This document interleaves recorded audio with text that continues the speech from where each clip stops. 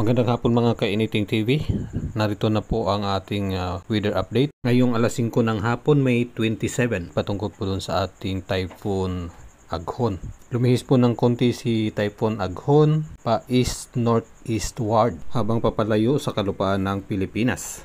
Namataan kaninang alas 4 ng hapon ang sentro ng bagyo sa layong 155 kilometers silangan ng Kasiguran, Aurora, na may bilis na pagkilos na 10 km per hour. Maximum sustained winds na 140 km per hour malapit sa gitna at gustiness na 170 km per hour. As of ngayong hapon, signal number 1 lang po ang natitira sa mga lugar po ng Luzon at ito na po ang mga pangalan.